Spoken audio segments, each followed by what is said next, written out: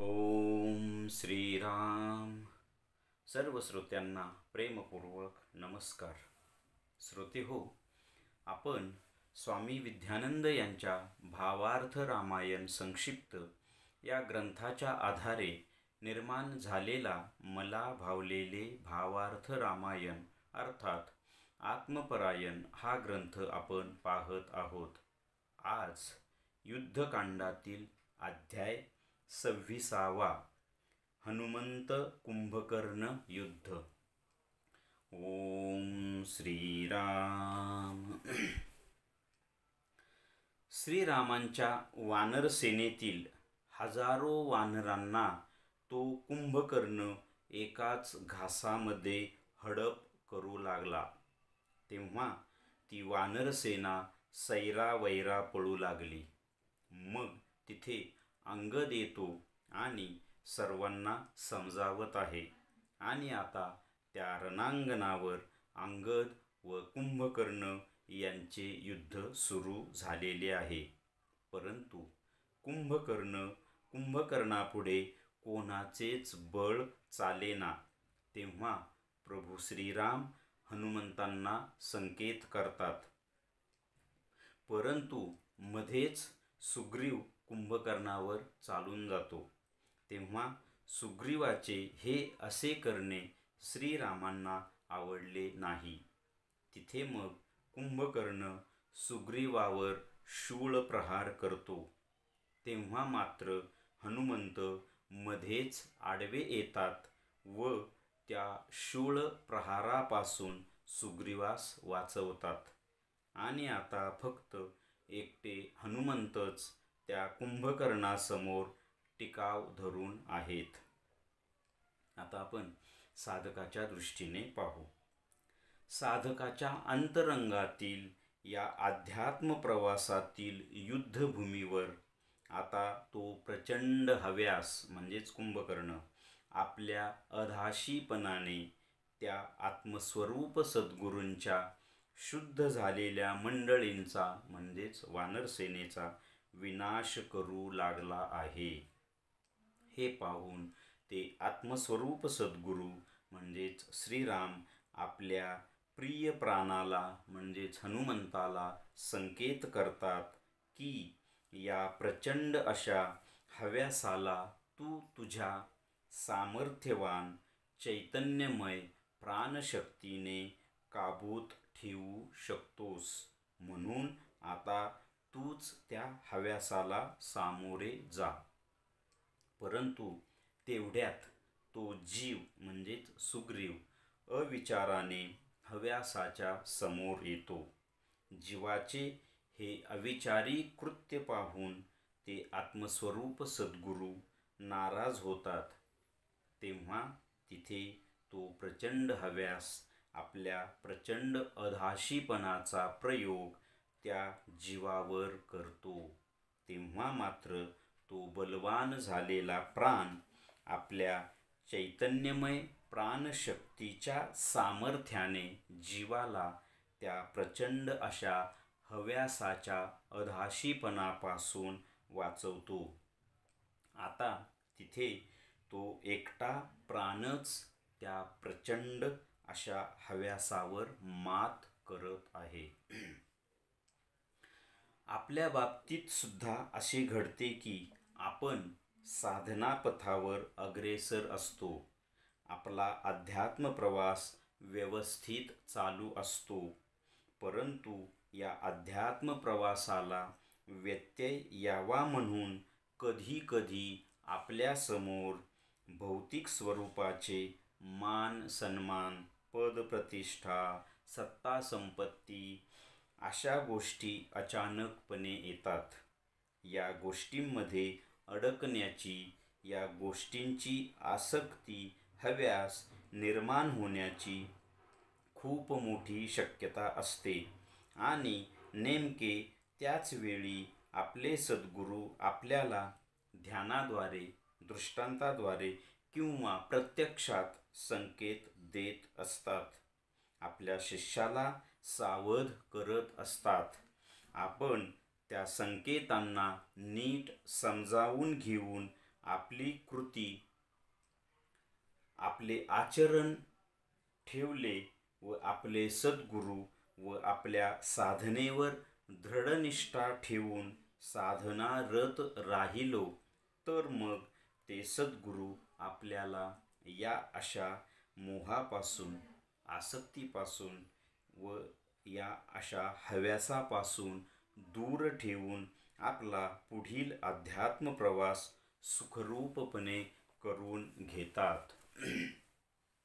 आता आपण थोडक्यात याचं सार पाहण्याचा प्रयत्न करूया.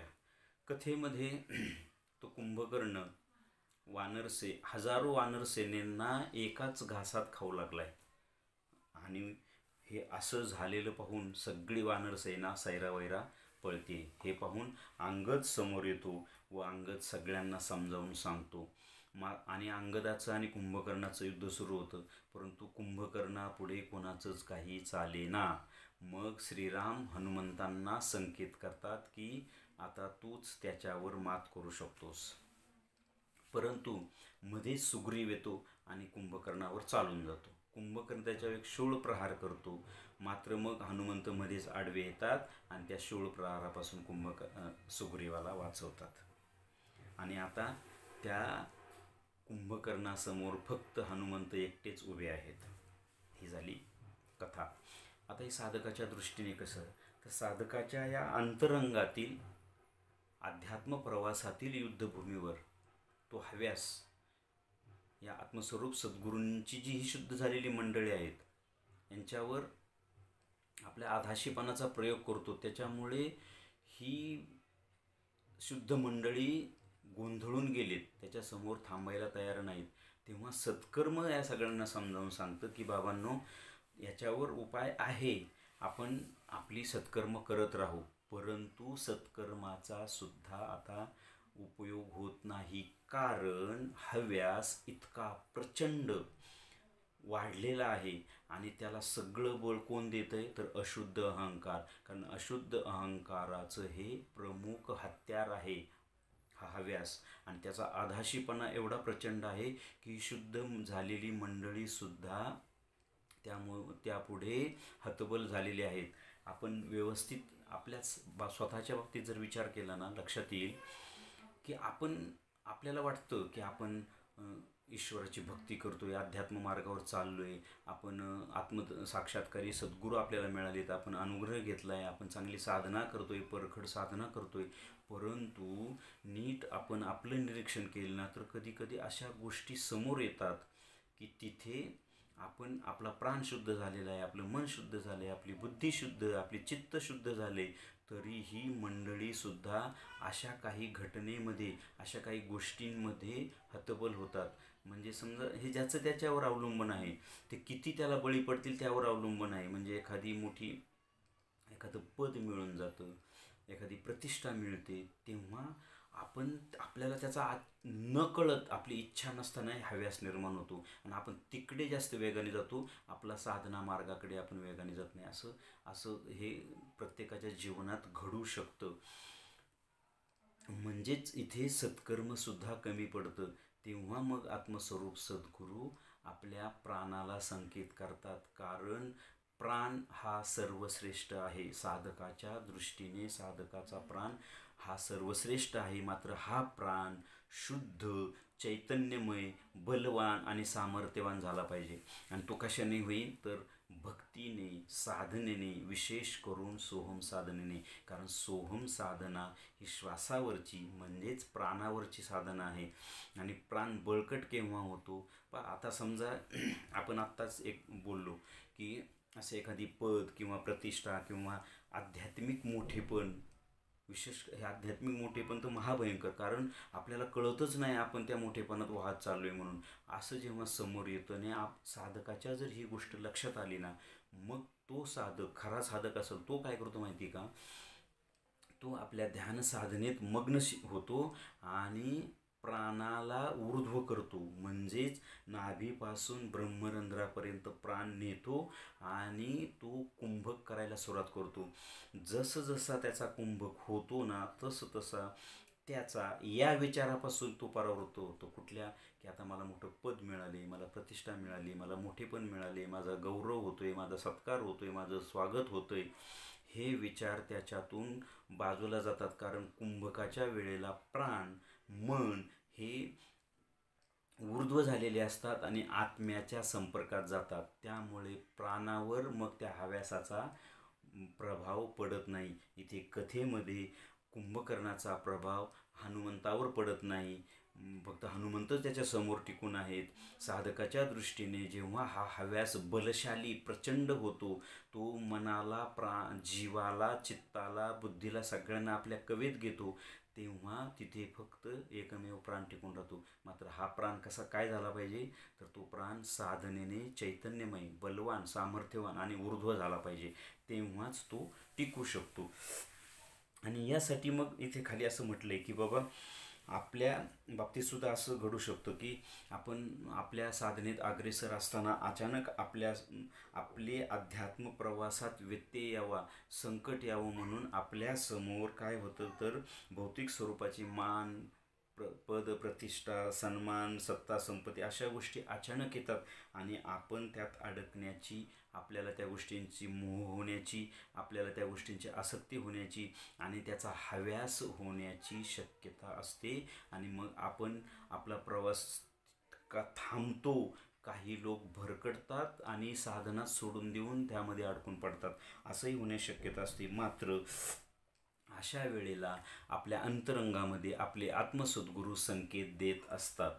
इथे कथेमध्ये श्रीराम हनुमंतांना संकेत देत आहेत की आता तू समोर जा. साधकाच्या दृष्टीने आत्मस्वरूप सद्गुरू त्यांच्या प्रिय प्राणाला संकेत देतात की तूच इथे फक्त टिकू शकतोस. तसं आपल्या बाबतीत आपले आत्मस्वरूप सद्गुरू किंवा आपले जे सद्गुरू आहेत ते आपल्या हृदयातच असतात, आपल्या भ्रूमध्यात स्थित असतात. ते आपल्याला ध्यानाद्वारे, दृष्टांताद्वारे किंवा प्रत्यक्षात जर सद्गुरू देहात असतील तर प्रत्यक्षात सुद्धा ते आपल्याला संकेत देतात आणि ते संकेत घेऊन आपण आपला पुढला प्रवास केला पाहिजे. जर का आपण त्या संकेताकडे डोळे झाक केली तर आपण ह्या हव्यासाच्या या तडाख्यामध्ये आपण आपली साधना थांबवू शकतो. आणि आपल्याला वाटतं साधना थांबते, आपलं प्रवास थांबतो, परंतु आपल्याला वाटतं मी अजून अध्यात्मातच आहे. हा मोठा भ्रम आपल्याला निर्माण होतो हा हव्यासामुळे. आणि हव्यास हे अशुद्ध अहंकाराचं हत्यार आहे. हे सगळं करणारा अशुद्ध अहंकार आहे. इथे सगळं करणारा कोण आहे? रावण आहे. साधकाच्या दृष्टीने सगळं करणारा कोण आहे? अशुद्ध अहंकार आहे. आपल्या बाबतीत सुद्धा हा अशुद्ध अहंकारच ही एक एक एक एक हत्यारं वापरतो. तो हव्यासाचं हत्यार, आसक्तीचं हत्यार, त्याने ही सगळी हत्यारं तो वापरण्याचा प्रयत्न करतो. आणि यामध्ये आपण कुठेतरी जर अडकलो तर आपला प्रवास थांबवू शकतो. म्हणून साधकाला खूप सजग आणि सावधान राहावं लागतं. आणि सद्गुरू आपल्याला सतत आपल्या पाठीमागे भक्कमपणे उभे असतात. सद्गुरूंची दृष्टी जशी घारीची दृष्टी ती पिल्लांकडे असते ना, तशी सद्गुरूंची दृष्टी आपल्या शिष्यांकडे सतत असते. मात्र शिष्याची दृष्टी सद्गुरूंकडे वळली पाहिजे. मग सद्गुरू तिथे संकेत येत असतात. पहा, ज्याने त्याने हे अनुभव आपल्याला ध्यानातनं संकेत मिळतात, तो नीट घेतला पाहिजे. आपल्याला दृष्टांताद्वारे संकेत मिळतात, तो नीट घेतला पाहिजे. एवढंही नाही समजलं तर सद्गुरू प्रत्यक्ष आपल्याला समोरासमोर आल्यानंतर संकेत देतात. पण देहात नसले तर आपल्याला एकतर मग ते ध्यानाद्वारे देणार, दृष्टांताद्वारे देणार, किंवा देहात नसले तर आपल्या एखाद्या ज्येष्ठ श्रेष्ठ गुरुबंधूच्या मुखातून आपल्याला तो संकेत देणार. आपण ते शिकलं पाहिजे. त्या गुरुबंधूला माहीत पण नसतं, पण त्याच्याकडून सद्गुरू वधवून घेतात आणि तो संकेत आपण स्वीकारून आपला साधना प्रवास केला पाहिजे. तेव्हा या अशा हव्यासापासून आपण वाचू शकतो. आणि सगळ्यात धोकादायक हव्यास म्हणजे अध्यात्मात असतानाच आध्यात्मिक मोठेपण, आध्यात्मिक श्रेष्ठपण, आध्यात्मिक आपण महाराज, स्वामी, गुरु, कोणी आपल्याला म्हणतं हां तुम्ही गुरु झालात, तुम्ही गुरुसारखेच आहात, मग आपल्याला मोठेपण येतं, अरे हां मी माझ्या गुरूंसारखंच झालो. तर हे हा आणि मग आपल्याला आणखी हव्यास वाटतो. मग आपण आपल्या गुरूंची नक्कल करायचा प्रयत्न करतो, गुरूंसारखं बोलायचा प्रयत्न करतो आणि तो हव्यास आणखी वाढत जातो. आपली साधना तिथेच थांबते. आपण अध्यात्मातून असतो, दिसतो पण नसतो. आपल्याला वाटतं आपण अध्यात्मात आहे, आपल्याला आपण साधना करताना दिसतो, परंतु आपण अध्यात्मात नसतो. आपण हव्यासाच्या त्या प्रचंड हल्ल्यात आपण गाफील राहून दुसरीकडेच वाहवलं जातो. तर ही गोष्ट साधकाने नेहमी करता सावध राहिले पाहिजे. आणि यावर उपाय काय, तर साधकाने आपल्या सद्गुरूवर, आपल्या साधना मार्गावर प्रचंड अशी निष्ठा, श्रद्धा, अनन्यता, शरण्यता आणि समर्पणता, संपूर्ण समर्पित. मी काहीच नेणे, मी हे वाक्य नेहमी सांगतो एकनाथ महाराजांचं, मी काहीच नेनो, मला काहीच माहीत नाही. साधनासुद्धा मी करत नाही, माझे सद्गुरू माझ्याकडून करून घेतात. साधना सद्गुरूच आहे, करणारे सद्गुरूच आहे, मी फक्त निमित्त मात्र आहे. कारण मी खरंच साधना करू शकत नाही. कारण सद्गुरूंची जर कृपा माझ्यावर नसेल तर मी साधनाही करू शकत नाही, भक्तीही करू शकत नाही, अध्यात्म मार्गाकडे जाऊच शकत नाही.